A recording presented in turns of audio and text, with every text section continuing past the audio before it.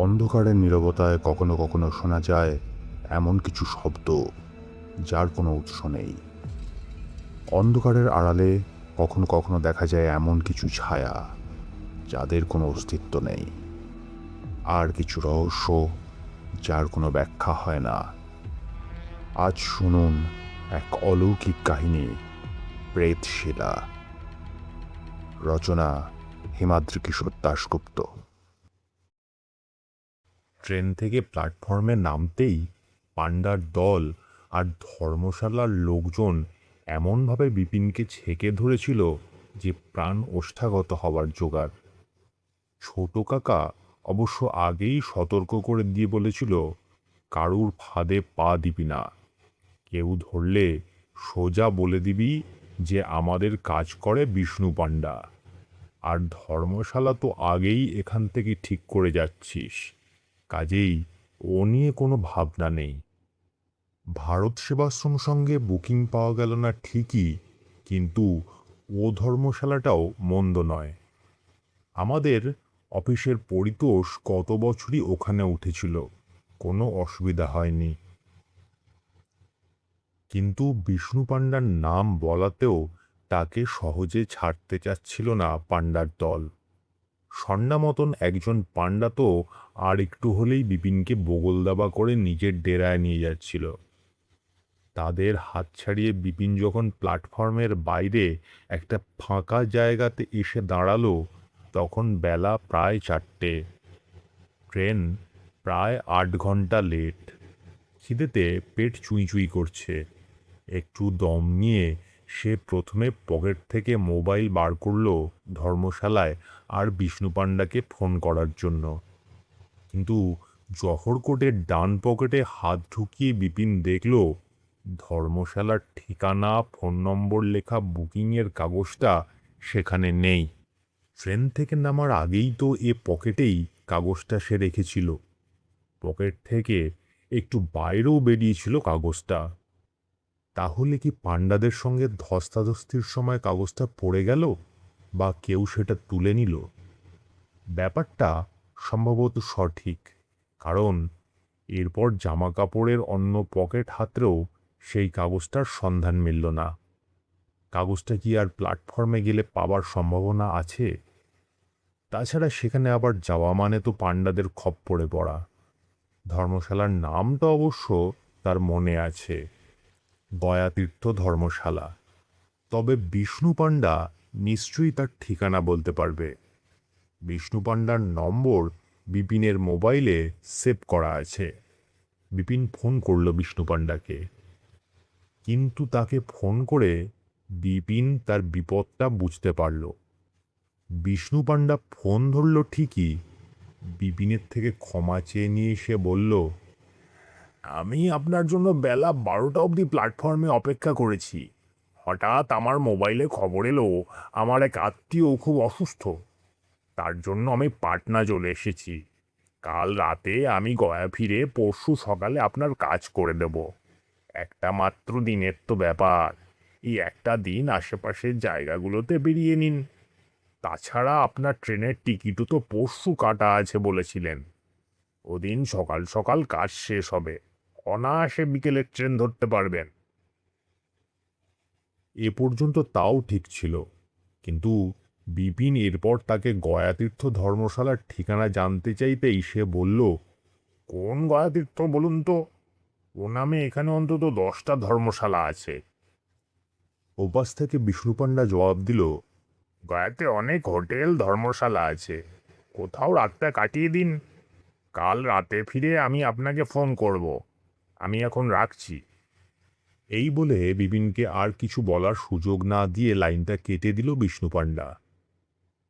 বিপিন ভাবল যে ছোট কাকাকে একবার ফোন করে তার অফিসের পরিতোষের মাধ্যমে যদি গয়াতীর্থ ধর্মশালার ঠিকানাটা বার করা যায়।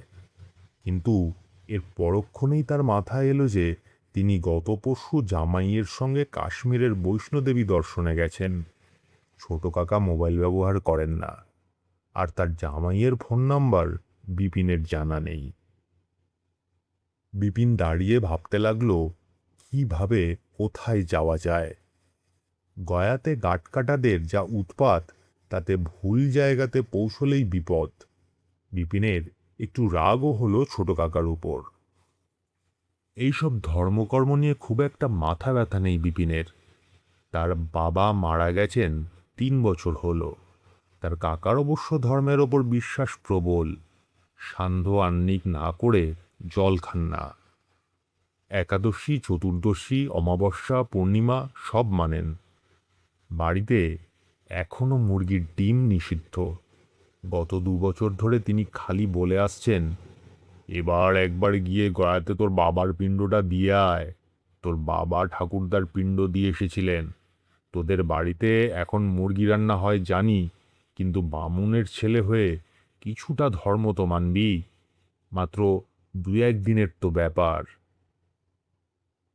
কাকা অন্য বাড়িতে থাকলেও বিপিনের বাবা মারা যাবার পর কাকাকেই পরিবারের অভিভাবক বলা যেতে পারে। পরিবারের সামাজিক অনুষ্ঠানে কাকার একটা ভূমিকা আছে। কাজেই শেষ পর্যন্ত তার অনুরোধ অস্বীকার করা সম্ভব হয়নি বিপিনের। প্রেতজনি থেকে বাবার আত্মার মুক্তি দেওয়ার জন্য সে উপস্থিত হয়েছে গয়াক্ষেত্রে। বিপিন যেখানে দাঁড়িয়েছিল তার কিছুটা তফাতেই একটা ছোট খাবারের দোকান। কড়াইতে পুরি ভাজা চলছে।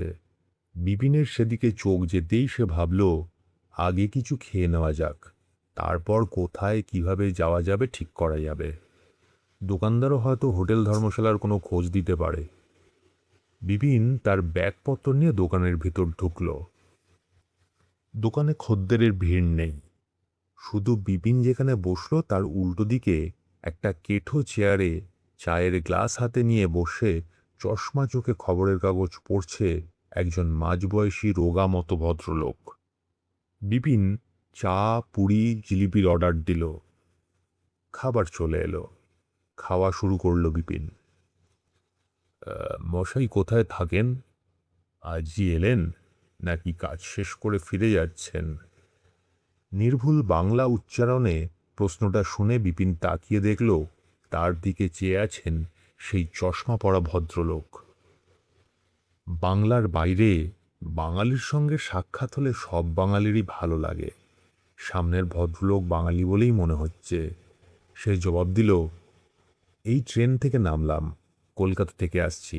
আপনি কোথা থেকে এসেছেন? ভদ্রলোক হেসে বললেন, আমার বাড়ি বাংলাতে, বর্ধমানের এক জায়গাতে। তবে এখন 1 বছর ধরে আমি গয়াতেই থাকি। ভদ্রলোক গয়াতেই থাকেন? তাহলে লোকটা হয়তো কোনো হোটেল বা ধর্মশালার খোঁজ দিতে পারে। একথা ভেবে বিপিন বলল, আপনি আমাকে একটা ভালো হোটেল বা ধর্মশালার খোঁজ দিতে পারেন 2 রাত থাকার জন্য? এখানে দালাল বা পাণ্ডাদের যা উৎপাত, তাতে যে কোনো জায়গাতে গিয়ে উঠতে ঠিক ভরসা পাচ্ছি না। ভদ্রলোক বাইরের দিকে তাকিয়ে বললেন, এখানে ভালো নিরাপদ থাকার জায়গা বলতে তো ভারত সেবাশ্রম সংঘ আর কিছু সরকারি জায়গা, কিন্তু আগে থেকে বুকিং না থাকলে সেসব জায়গাতে থাকা মুশকিল। এই বলে বাইরের দিকে তাকিয়ে কি যেন ভাবতে লাগলেন তিনি। বিপিন কিছুক্ষণ চুপ করে থাকার পর স্বগতোক্তি করল, ভারী মুশকিলে পড়লাম তো, কোথায় যাই এখন? কথাটা সম্ভবত কানে গেল ভদ্রলোকের। তিনি এবার বিপিনের দিকে তাকিয়ে একটু উতস্তত করে বললেন, আমার বাড়িতে একটা ফাঁকা ঘর আছে, খুব সাধারণ একটা ঘর, খাট বিছানা ছাড়া অন্য আসবাব নেই। ব্রাহ্মণী পাহাড়ের দিকে বাড়িটা। ইচ্ছা হলে 2 রাত আপনি সেখানে কাটাতে পারেন। বিপিন জানতে চাইল, কত ভাড়া দিতে হবে? ভদ্রলোক একটু অপ্রস্তুত হয়ে বলল, কি বলি বলুন তো, আমি তো আগে ঘর ভাড়া দেইনি। 2 দিনের জন্য 500 টাকা চাইলে কি বেশি চাওয়া হবে? এই বলে চেয়ার থেকে উঠে দাঁড়ালেন ভদ্রলোক। টাকাটা খুব একটা বেশি নয়। ভদ্রলোক বাঙালি, চেহারা কথাবার্তাও ভদ্রলোকেরই মতো। তবুও তার ডাকে সাড়া দেওয়ার আগে একটু ভেবে নেওয়ার জন্য চুপ করে গেলাম। ভদ্রলোক বাইরের দিকে তাকিয়ে বললেন, আমি এবার বেরোবো। ইচ্ছা হলে চলুন। ওই দেখুন, পাহাড়ের মাথায় মেঘ জমেছে। এখন না বেরোলে বৃষ্টি নামার আগে বাড়ি পৌঁছানো যাবে না। বিপিন তার কথা শুনে বাইরে তাকিয়ে দেখল আলোটা কেমন যেন মরে আসছে। সত্যি মেঘ জমেছে আকাশে। সে উঠে দাঁড়িয়ে বলল, ঠিক আছে, চলুন। তবে ঘর পছন্দ না হলে কিন্তু ফিরে আসবো। ভদ্রলোক সে কথা শুনে হেসে বললেন, হুম, ঠিক আছে, আপনি নিশ্চিন্তে থাকুন, আপনাকে আটকাবো না। বিপিন এরপর কয়েক মিনিটের মধ্যে খাওয়া শেষ করে দাম মিটিয়ে দোকান ছেড়ে বেরিয়ে পড়ল লোকটার সঙ্গে। ভদ্রলোক এবার নিজের পরিচয় দিয়ে বললেন, আমার নাম কিঙ্কর আচার্য। বিপিনও তার নাম পরিচয় দিল। বাইরে কিছুটা তফাতে একটা টাঙাওয়ালা দাঁড়িয়েছিল। তারা দুজন সেই টাঙাতে গিয়ে উঠল। কিঙ্করবাবুর নির্দেশে লোকজন গাড়ি ঘোড়ার পাশ কাটিয়ে টাঙা ছুটল কিঙ্করবাবুর আস্তানার উদ্দেশ্যে। বিপিন চারপাশে তাকিয়ে দেখতে লাগল। কিছুটা দূরে অর্ধচন্দ্রাকারে শহরটাকে ঘিরে দাঁড়িয়ে আছে অনুচ্চ পাহাড় শ্রেণী। সেদিকে তাকিয়ে বিপিন বলল, পাহাড়গুলো দেখতে খুব ভালো লাগছে। আমি এই প্রথম গয়াতে এলাম। ওই পাহাড়গুলোর নাম কি?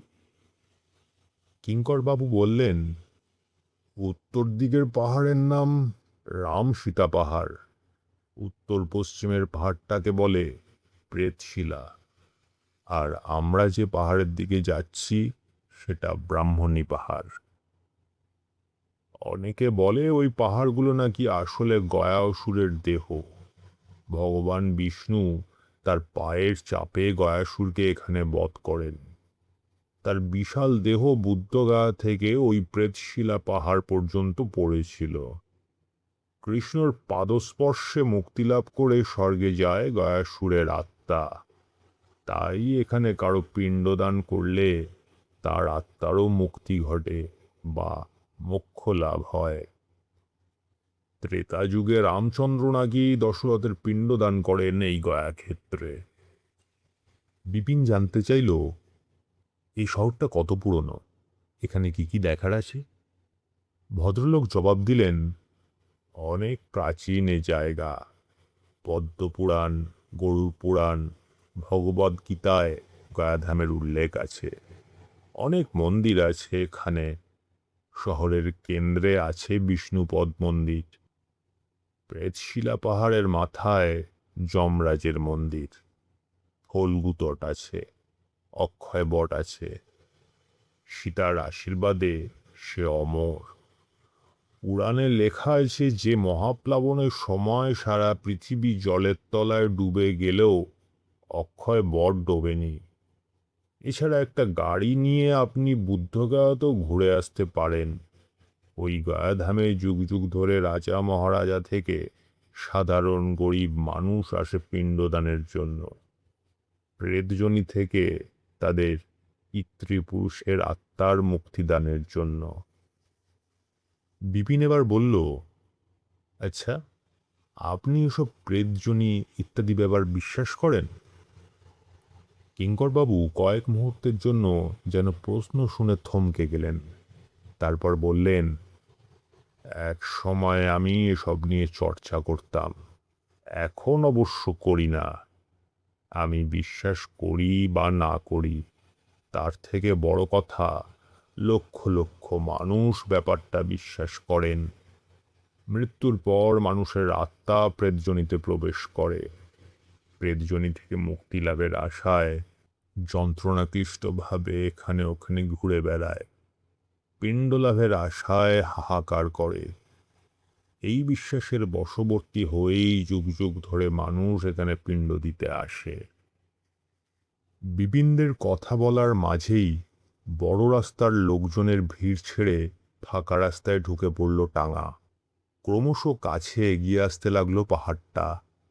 তারপর আর কিছুক্ষণের মধ্যেই কিঙ্করবাবুর নির্দেশে একটা বাড়ির সামনে টাঙা এসে থামল। একতলা একটা খুব পুরনো বাড়ি। তার একটা অংশ বয়সের ভারে ভেঙে পড়েছে। কিছুটা ঝোপ জঙ্গলও রয়েছে এদিক ওদিক। অন্য ঘরবাড়ি এদিকটায় আছে ঠিকই, কিন্তু তাদের থেকে যেন আলাদা হয়ে নিঃসঙ্গ অবস্থায় দাঁড়িয়ে আছে বাড়িটা। বিপিনরা টাঙা থেকে নামতেই বৃষ্টির প্রথম ফোঁটা পড়ল তাদের গায়ে। পাহাড়ের মাথা কালো মেঘে ছেয়ে গেছে, অন্ধকার নেমে আসছে। ভাড়া মিটিয়ে কিঙ্করবাবুর সঙ্গে সদর দরজার দিকে এগোতে এগোতে বিপিন জানতে চাইল, আপনি একলাই থাকেন এ বাড়িতে?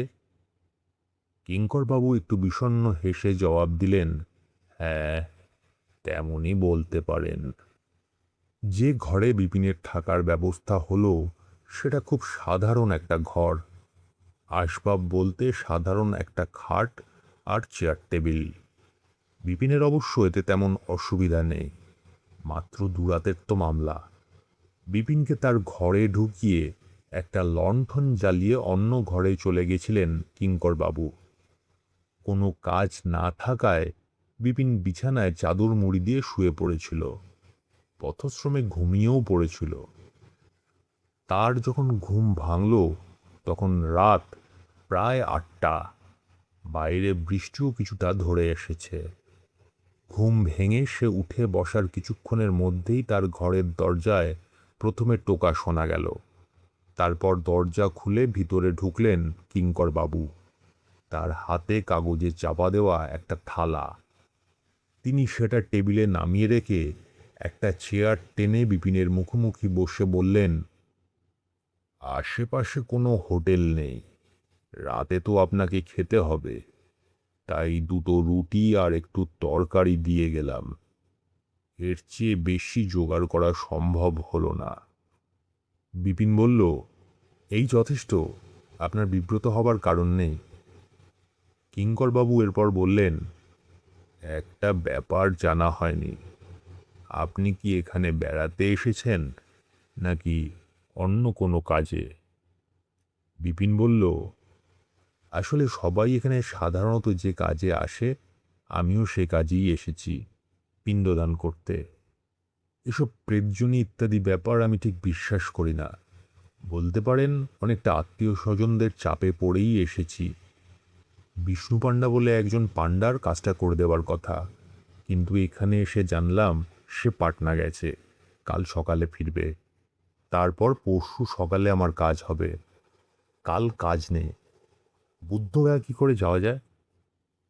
কিঙ্করবাবু প্রথমে বললেন, কাল আপনি এখান থেকে টাঙা নিয়ে প্রথমে সোজা বাস স্ট্যান্ডে চলে যাবেন, সেখান থেকে সরাসরি ট্যুরিজম ডিপার্টমেন্টের বাস ধরবেন।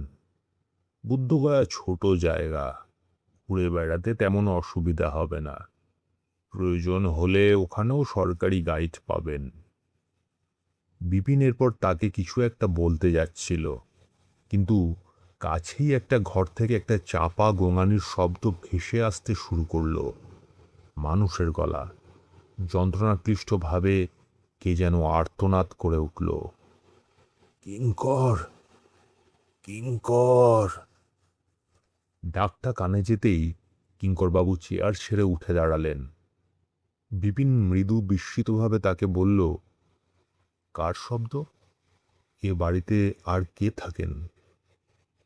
কিঙ্করবাবু বিষণ্ণভাবে বললেন, এ বাড়িতে আর একজন থাকেন, তবে তার যা অবস্থা তাতে আর না থাকলেই ভালো। কে তিনি?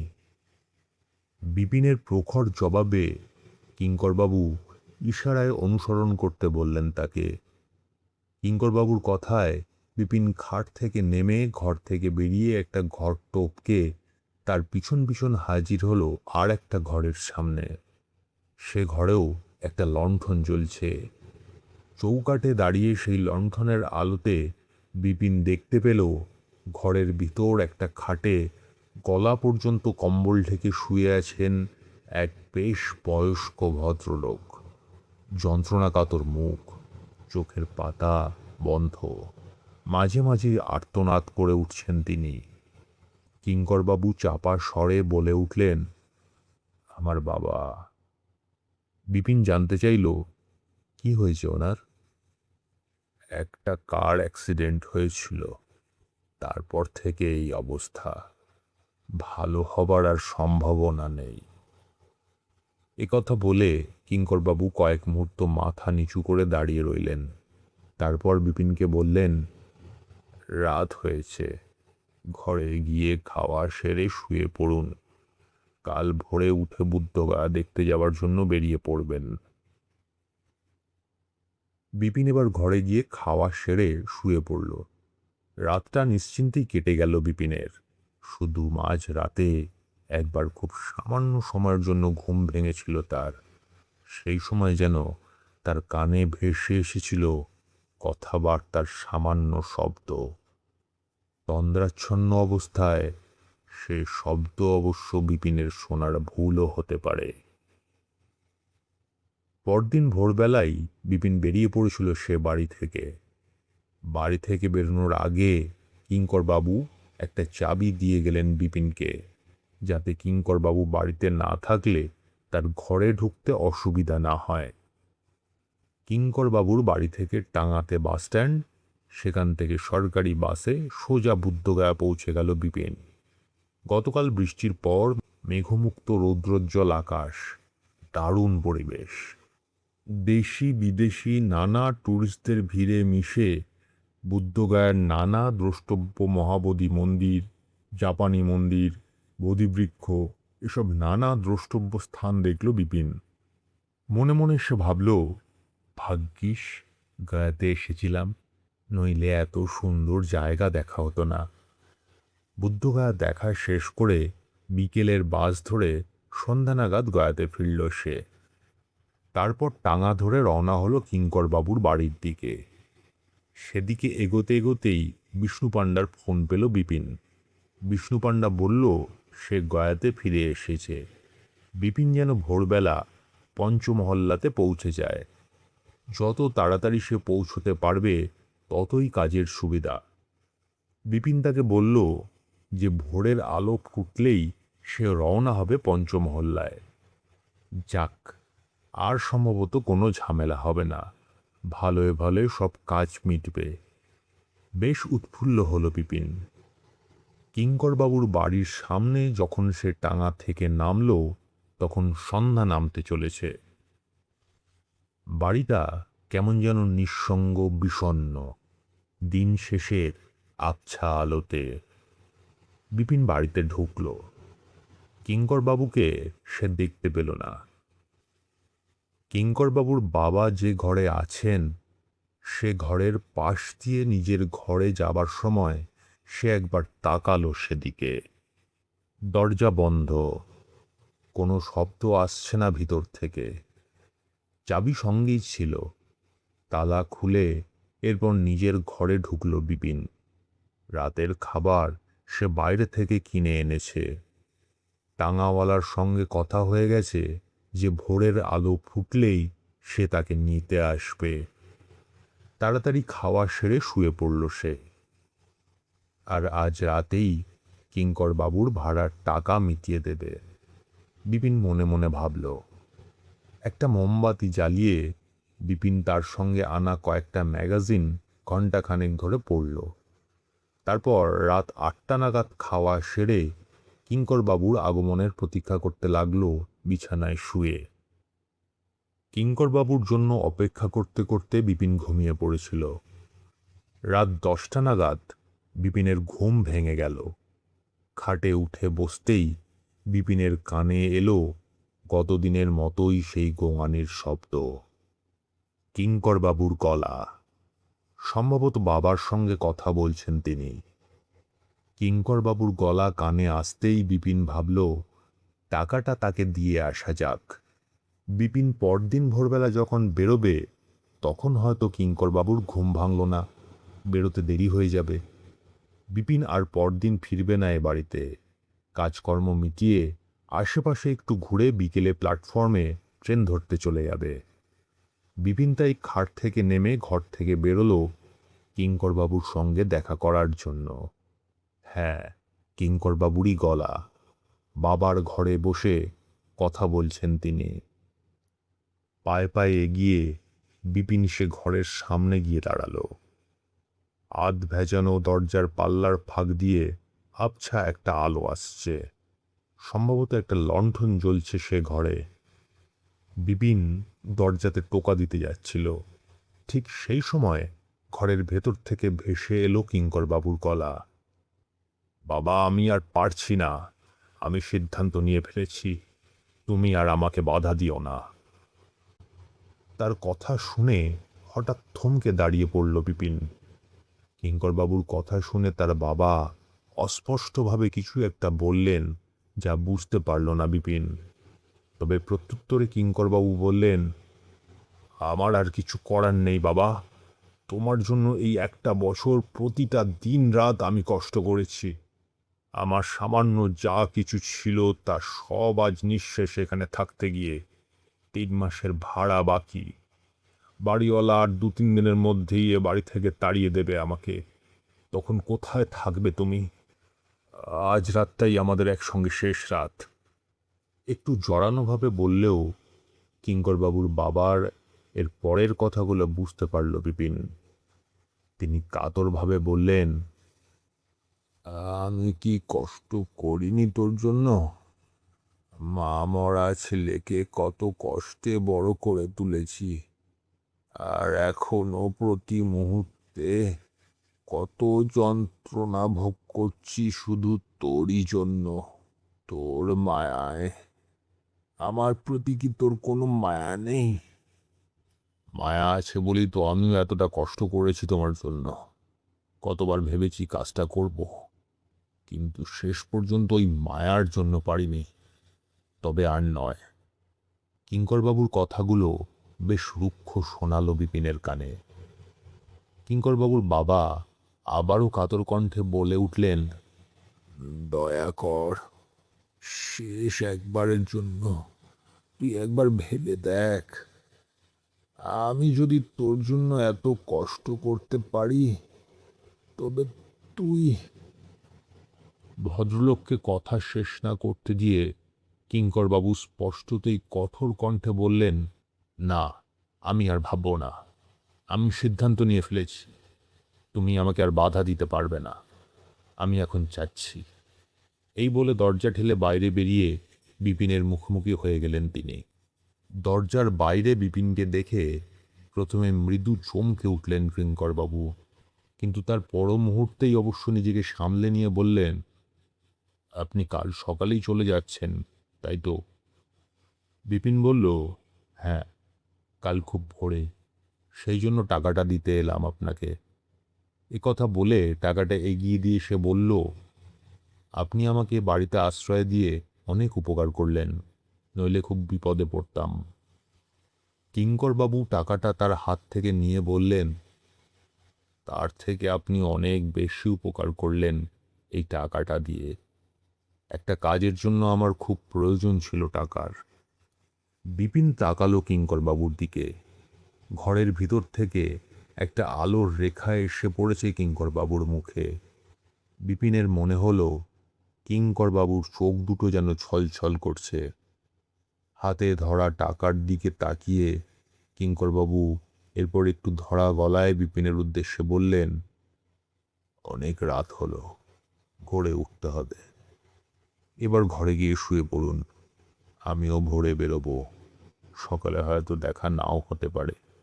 সাবধানে বাড়ি ফিরবেন। একথা শোনার পর তাকে আরও একবার ধন্যবাদ জানিয়ে নিজের ঘরে ফিরে বিপিন শুয়ে পড়ল। পরদিন ভোরের আলো ফোটার আগেই ঘুম ভেঙে গেল বিপিনের। সামান্য জিনিসগুলো আগের রাতেই গোছগাছ করে রেখেছিল সে। ঘর থেকে যখন সে বেরোলো, তখন ভোরের প্রথম আলো ফুটতে শুরু করেছে। কিঙ্করবাবুর নাম ধরে বার কয়েক ডাক দিয়েও তার সাড়া পেল না বিপিন। কিঙ্করবাবুর বাবার ঘরের সামনে দাঁড়িয়ে বিপিন দেখল সে ঘরের দরজা খোলা, শূন্য খাট। কিঙ্করবাবুর বাবা বা তিনি কেউ নেই সেই ঘরে। তাহলে সম্ভবত বাবাকে নিয়ে ডাক্তার দেখাবার জন্য কোথাও কাক ভোরেই রওনা দিয়েছেন কিঙ্করবাবু। তিনিও ভোরে বেরোবেন বলেছিলেন। একথা মনে মনে ভেবে নিল বিপিন। কথা মতো টাঙা এসে দাঁড়িয়েছিল বাড়ির বাইরে। বিপিন কিঙ্করবাবুর বাড়ি থেকে বেরিয়ে টাঙায় চেপে রওনা হয়ে গেল পঞ্চমহল্লার উদ্দেশ্যে। পঞ্চমহল্লায় তার জন্য অপেক্ষা করছিল বিষ্ণু পাণ্ডা। সে তাকে নিয়ে চলল ফল্গু তটে। বিস্তীর্ণ বালুতট, তবে বালি খুঁড়লেই জল বেরোয়। কথিত আছে সীতার অভিশাপে নাকি ফল্গু অন্তঃসলীলা হয়েছিল। নদীতটে এক জায়গাতে স্নানের বন্দোবস্ত আছে। সেখানে স্নান সেরে বিপিন বিষ্ণু পাণ্ডার সঙ্গে পিণ্ডদানের কাজে বসল। সেখানে পিণ্ডদানের কাজ শেষ করার পর পাণ্ডার সঙ্গে সে গেল অক্ষয় বটে। প্রাচীন এই গাছটি নাকি অমর। পৌরাণিক গাথা অনুসারে মহাপ্রলয়ের সময়ও এই অক্ষয় বট নাকি ডোবেনি। এই বৃক্ষর নামই তার পরিচয়। পিণ্ডদানের ধর্মীয় কাজ শুরু হয় ফল্গু তীরে, শেষ হয় অক্ষয় বটে এসে। বিপিনের সব কাজ শেষ হলো এক সময়। ইতিমধ্যে ঘন্টা 2 সময় কেটে গেছে। বেলা প্রায় 9টা বাজে। সূর্য অনেকক্ষণ আগে উঠলেও আকাশের মুখ ভার। পাহাড়ের মাথায় সকালেই মেঘ জমতে শুরু করেছে। নির্বিঘ্নে সব কাজ মিটিয়ে দক্ষিণা বুঝে নেওয়ার পর বিষ্ণু পাণ্ডা বিপিনকে বলল, কাজ তো শেষ, সারাদিন এখন কি করবেন? বিপিন বলল, বিকেলের ট্রেন ধরার আগে ভাবছি কিছুটা ঘুরে নেব। কোথায় কোথায় যাওয়া যায় বলুন তো? বিষ্ণু পাণ্ডা আকাশের দিকে একটু তাকিয়ে নিয়ে বলল, আমি এখন পেতশিলা পাহাড়ে যাব। আপনি সঙ্গে যেতে পারেন, জায়গাটা ভালো লাগবে। ওপরে যমদেবতার মন্দির ছাড়াও ওপর থেকে পুরো গয়া শহরটা দেখা যায়। বিপিন সম্মত হয়ে গেল সে প্রস্তাবে। কিছুক্ষণের মধ্যেই একটা টাঙায় চেপে বিষ্ণু পাণ্ডার সঙ্গে বিপিন রওনা দিল প্রেতশিলা পাহাড়ের দিকে। পথে যেতে যেতে বিপিন বিষ্ণু পাণ্ডাকে জিজ্ঞেস করল, আপনি ওখানে কি করতে যাচ্ছেন? বিষ্ণু পাণ্ডা বলল, আমার যা কাজ, একজন ওখানে পিণ্ডদান করবে। বিপিন জানতে চাইল, সবাই তো ফল্গুর তীরেই পিণ্ড দিচ্ছে দেখলাম, আমিও তো দিলাম। প্রেতশিলা পাহাড়েও পিণ্ড দেওয়া হয়? বিষ্ণু পাণ্ডা জবাব দিল, হ্যাঁ হয়। সবাই সাধারণত ফল্গু তীরে পিণ্ড দিলেও যাদের অপঘাতে মৃত্যু হয় তাদের প্রেতজনি থেকে মুক্তিদানের জন্য প্রেতশিলাতে পিণ্ডদান করে সেখানে ত্রিপিণ্ডি শ্রাদ্ধ করা হয়। কথা বলতে বলতে তারা পৌঁছে গেল প্রেতশিলা পাহাড়ের নিচে। টাঙা থেকে নেমে বিষ্ণু পাণ্ডা বলল, এবার আমি যাই। যার কাজ করব দেখি সে এসেছে কিনা। আপনি ধীরে ধীরে সব ঘুরে দেখুন, তবে আকাশের গতিক ভালো নয়, বৃষ্টি নামবে। এই বলে সে বিপিনের কাছ থেকে বিদায় নিয়ে অন্যদিকে অদৃশ্য হয়ে গেল। ধাপে ধাপে পাথুরে পথ উঠে গেছে প্রেতশিলা পাহাড়ের মাথায়। পাকদণ্ডি বেয়ে উপরে উঠতে শুরু করল বিপিন। পথের দুপাশে ঝোপঝাড়, ইতস্তত ছড়িয়ে আছে বড় বড় পাথর। ওপরে ওঠার পথে রাস্তার মাঝে মাঝে রয়েছে যাত্রীদের বিশ্রাম নেবার জন্য ছোট ছোট টিনের শেড। তবে ফল্গু তীরের মতো এখানে লোকজন আর পাণ্ডাদের হাঁক ডাক নেই। মাঝে মধ্যে 2-1জন লোক নিঃশব্দে বিপিনের পাশ কাটিয়ে ওঠানামা করছে। মাথার ওপর আকাশ ক্রমশ ছেয়ে যাচ্ছে কালো মেঘে। ধীরে ধীরে একসময় প্রেতশিলার মাথায় উঠে এলো বিপিন। পাহাড়ের মাথায় 3টে কুণ্ড আছে। সেই সব কুণ্ডে স্নান সেরে প্রেতশিলা পাহাড়ের আশেপাশে ছড়িয়ে ছিটিয়ে বসে পিণ্ডদানের কাজ করছে কিছু মানুষ। যাদের উদ্দেশ্যে পিণ্ডদান করা হচ্ছে তাদের প্রত্যেকেরই মৃত্যু হয়েছে কোনো না কোনো অপঘাতে। প্রেতশিলা নামের বিরাট বড় পাথরখণ্ডটা অনেকটা হাতির পিঠের মতো দেখতে। কালো পাথরখণ্ড, তাকে ঘিরে প্রায় নিঃশব্দে পারলৌকিক কাজ সাঙ্গ করছে লোকজন। চারপাশে কেমন একটা থমথমে পরিবেশ। মাথার ওপর সূর্যর কোনো তেজ নেই। মৃদু ঠান্ডা বাতাস বইছে। 3টে কুণ্ড, প্রেতশিলা পাহাড়ের মাথায় যমরাজের মন্দির কিছু সময়ের মধ্যেই দেখে নিল বিপিন। বৃষ্টি নামবে, তাই এরপর নিচে নামার পথ ধরল বিপিন। কিন্তু বিপিন নিচে নামতে পারল না। হঠাৎই পৃথিবীতে যেন অন্ধকার নেমে এলো, কালো মেঘে ঢেকে গেল সূর্য। বৃষ্টি নামবে কয়েক মিনিটের মধ্যেই, কাজেই অল্প একটু নিচে নেমে বৃষ্টি থেকে বাঁচার জন্য বিপিন তাড়াতাড়ি আশ্রয় নিল রাস্তার পাশে একটা শেডের নিচে। চারপাশে কোনো লোকজন নেই। অন্ধকার নামার সঙ্গে সঙ্গে ঠান্ডা বাতাসও বাড়ছে। সেই বাতাসে পাকদণ্ডির ওপর থেকে নেমে কিছুটা নিচে বিপিন ঠান্ডা বাতাসে কাঁপতে লাগল। একসময় বৃষ্টির প্রথম ফোঁটা এসে পড়ল পৃথিবীতে, যেন মহাপ্রলয়ের প্রথম সংকেত। ঠিক সেই সময় বিপিন দেখল পাকদণ্ডি বেয়ে একজন লোক দ্রুত উঠে আসছে ওপর দিকে। এ সময় একা লোকটাকে ওভাবে আসতে দেখে বেশ একটু ভয় পেয়ে গেল বিপিন। কে ও? চোর ডাকাত নয় তো? কিন্তু লোকটা বিপিনের কাছাকাছি ওপরে উঠে আসতেই বিপিন চিনতে পারল তাকে। আরে, এই যে কিঙ্কর বাবু!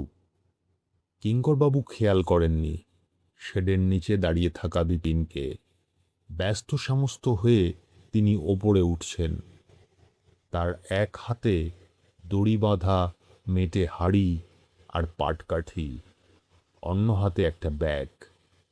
কিঙ্করবাবু যখন বিপিনের প্রায় কাছাকাছি চলে এসেছেন, বিপিন তখন ডাকতে যাচ্ছিল তাকে, কিন্তু ঠিক তখনই একটা ব্যাপার ঘটল।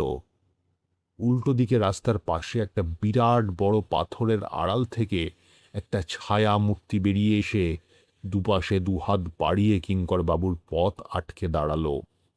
তাকে দেখে থমকে দাঁড়িয়ে পড়লেন কিঙ্করবাবু।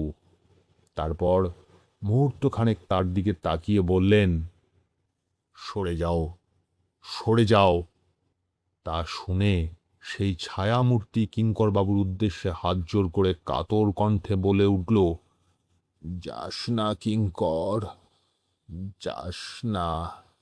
আমি তোকে কিছুতেই প্রেতশিলায় যেতে দেব না।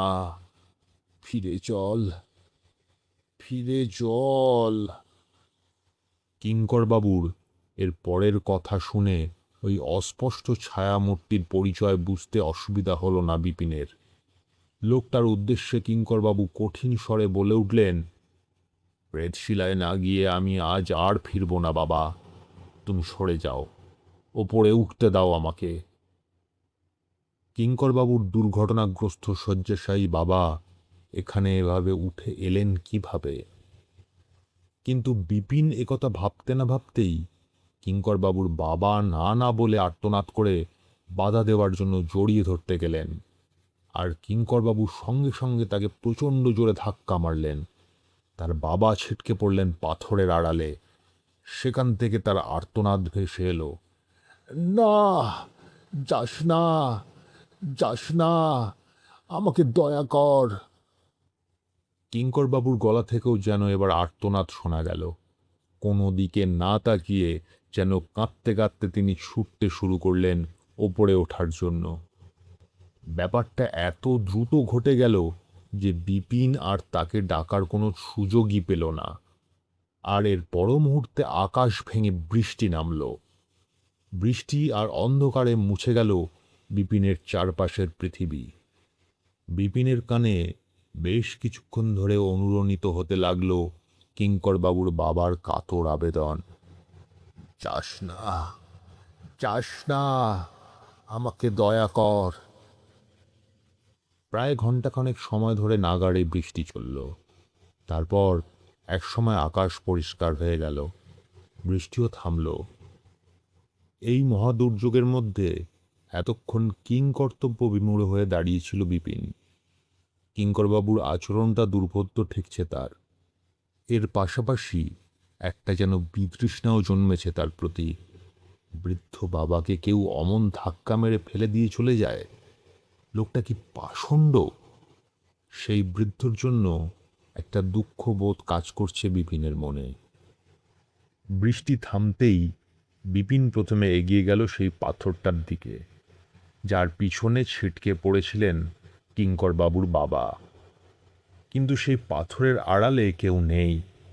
হয়তোবা সেই অন্ধকার বৃষ্টির মধ্যেই ভদ্রলোক কোথাও চলে গেছেন। বিপিন এরপর পাকদণ্ডি বেয়ে নিচে নামতে শুরু করল। তবে এই অদ্ভুত ব্যাপারের সঙ্গে সেই খটকাটা রয়েই গেল তার মনে। কিঙ্করবাবুর মেরুদণ্ড ভাঙা বাবা অতটা ওপরে উঠে এলেন কিভাবে? প্রেতশিলা থেকে নেমে একটা টাঙা নিয়ে বিপিন সোজা ছুটল স্টেশনের দিকে। প্ল্যাটফর্মে বসে ঘণ্টা চারেক সময় কাটিয়ে দিল বিপিন। বিকালের পর থেকে প্ল্যাটফর্মে ভিড় বাড়তে লাগলো। যাত্রীদের ভিড় তো আছেই, তার সঙ্গে পাণ্ডা আর হোটেলের দালালদের সমাগম। এক একটা করে ট্রেন এসে থামছে, আর তার সঙ্গে পাণ্ডা আর যাত্রীদের চিৎকার চেঁচামেচিতে কান পাতা দায় হচ্ছে। সন্ধ্যা নাগাদ বিপিন অ্যানাউন্সমেন্ট শুনল তার নির্ধারিত গাড়ি প্ল্যাটফর্মে ঢুকছে। গাড়ি এসে থামতেই বিপিন ভিড় ঠেলে এগোলো তার নির্দিষ্ট বগিতে ওঠার জন্য। আর ঠিক সেই সময় ভিড়ের মধ্যে তার সঙ্গে দেখা হয়ে গেল বিষ্ণু পাণ্ডার সঙ্গে। বিষ্ণু পাণ্ডা তাকে দেখে একগাল হেসে বলল, আপনি যে কিঙ্করবাবুর বাড়িতে ছিলেন তা বলেননি তো? বিপিন বলল, হ্যাঁ ছিলাম। আপনি তাকে চেনেন? বিষ্ণু পাণ্ডা জবাব দিল, হ্যাঁ চিনি। লোকটা পাগলাটে ধরনের, মাথাটা মনে হয় একটু গন্ডগোল আছে। গন্ডগোল আছে মানে?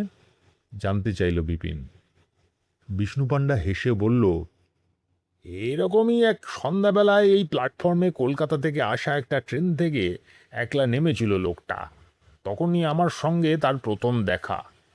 কথা হলো পরদিন সে প্রেতশিলাতে পিণ্ড দেবে, কিন্তু তার পরদিনই সে এসে আমাকে জানালো যে সে এখানে কিছুদিন থাকবে, তারপর কাজটা করবে।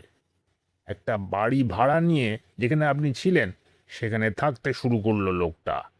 মাঝে মাঝেই সে আমার সঙ্গে এসে দেখা করত আর বলতো যে পরদিন পিণ্ডদানের ব্যবস্থা করতে, কিন্তু পরদিনই আমাকে এসে বলতো, আজ থাক, অন্যদিন হবে। একবার তো প্রেতশিলা পাহাড়ের নিচ পর্যন্ত গিয়ে ফিরে এসেছিল। খ্যাপার কাকে বলে! অবশেষে আজ সে কাজ মিটল। ওর জন্যই তো আজ প্রেতশিলা গেছিলাম। কাজ শেষ করে 1 বছর পর লোকটা এই গাড়িতে আজ দেশে ফিরে যাচ্ছে। একটু আগে প্ল্যাটফর্মে দেখা হলো তার সঙ্গে। একটানা কথাগুলো বলে সম্ভবত কিঙ্করবাবুকে দেখার জন্যই ভিড়ের মধ্যে তাকালো বিষ্ণু পাণ্ডা। বিপিন বিস্মিতভাবে তাকে প্রশ্ন করল, কিঙ্করবাবু কার পিণ্ডদান করলেন?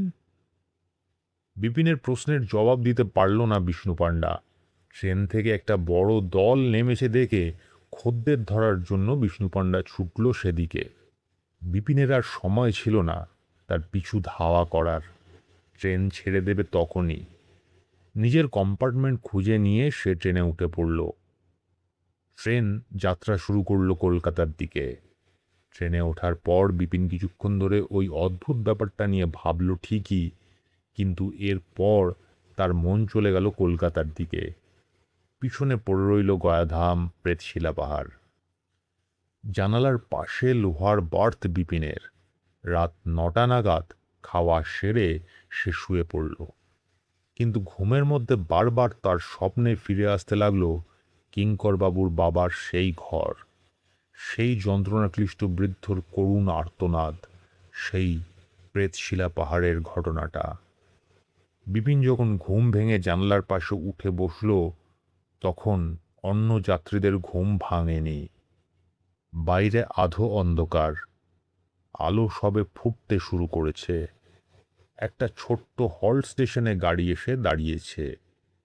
বিপিন ঘড়ি দেখে হিসেব করে অনুমান করল এই জায়গাটা বর্ধমানের কাছাকাছি কোনো একটা স্টেশন হবে। বাইরে তাকালো বিপিন। প্ল্যাটফর্ম থেকে মেঠো রাস্তা নেমে আধো অন্ধকারের মধ্যে হারিয়ে গেছে কোনো গ্রামের দিকে। জনশূন্য প্ল্যাটফর্মে বিপিন হঠাৎ দেখতে পেল একটা লোক প্ল্যাটফর্মে তার জানালার পাশ দিয়ে হেঁটে যাচ্ছে। সম্ভবত এ গাড়ি থেকেই নেমেছে সে। মুহূর্তের মধ্যে তার সঙ্গে চোকাচুকি হয়ে গেল লোকটার। আরে, এই যে কিঙ্কর বাবু! বিপিনকে দেখতে পেয়ে তিনি জানালার পাশে এগিয়ে এসে বললেন, 1 বছর পর দেশে ফিরলাম। তবে এতদিন পর নিজের জায়গাতে ফিরলেও তার চোখে মুখে কোনো আনন্দ নেই। প্ল্যাটফর্মের রাত শেষের খয়াটে আলোতে তার মুখে জেগে আছে স্পষ্ট বিষণ্ণতা।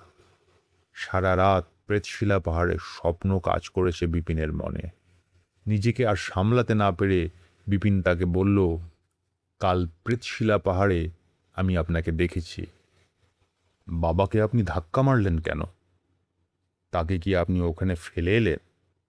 তাছাড়া ফেরার সময় বিষ্ণুপণ্ডার সঙ্গে দেখা হলো। সে বলল। মৃদু চমকে উঠলেন কিঙ্করবাবু। তারপর বিপিনকে কথা শেষ করতে না দিয়ে বললেন, আপনি যা দেখেছেন, যা শুনেছেন, সব সত্যি। কাজটা আমাকে করতেই হতো, তাই ধাক্কা মেরেছিলাম তাকে। মানে? বিপিন জানতে চাইল। কিঙ্করবাবু জবাব দিলেন, তার পিণ্ডদানের জন্যই আমি গয়াতে গিয়েছিলাম। আমি আপনাকে একবার কথা প্রসঙ্গে বলেছিলাম, আমি তন্ত্র সাধনা, প্রেত চর্চা করতাম এক সময়। পিণ্ডদানের আগের রাতে শেষবারের জন্য একবার তাকে দেখতে ইচ্ছা করল এবং তার সঙ্গে আমার সাধনা সত্যি কিনা তা দেখার জন্য আহ্বান করলাম তাকে। তিনি এসে হাজির হলেন, কিন্তু প্রেতজনির অসহ্য যন্ত্রণা সত্ত্বেও আর ফিরতে চাইলেন না। আমিও জড়িয়ে গেলাম এক অদ্ভুত সংকটে। একদিকে স্নেহ ভালোবাসার বন্ধন, অন্যদিকে মানুষ রূপ ধারণে তার অসহ্য যন্ত্রণা। মৃত্যুর আগের যন্ত্রণা ফিরে এসেছিল তার। অবশেষে কাল তাকে সে যন্ত্রণা থেকে মুক্তি দিলাম আমি, তার পিণ্ডদান করলাম। এই বলে হতভম্ব বিপিনকে আর কথা বলার সুযোগ না দিয়ে প্ল্যাটফর্ম থেকে মেঠো রাস্তায় নেমে গেলেন কিঙ্করবাবু। হুইসেল দিয়ে চলতে শুরু করল ট্রেন। বিপিন দেখল, মেঠো পথে নেমে কিছুটা এগিয়ে একবার পিছনে তাকালেন কিঙ্করবাবু। সম্ভবত তিনি নিশ্চিত হতে চাইলেন যে প্রেতশিলা পাহাড় থেকে কেউ তাকে অনুসরণ করে আসেনি। ট্রেন চলতে শুরু করেছে। বিপিনের চোখের আড়ালে হারিয়ে গেলেন কিঙ্করবাবু।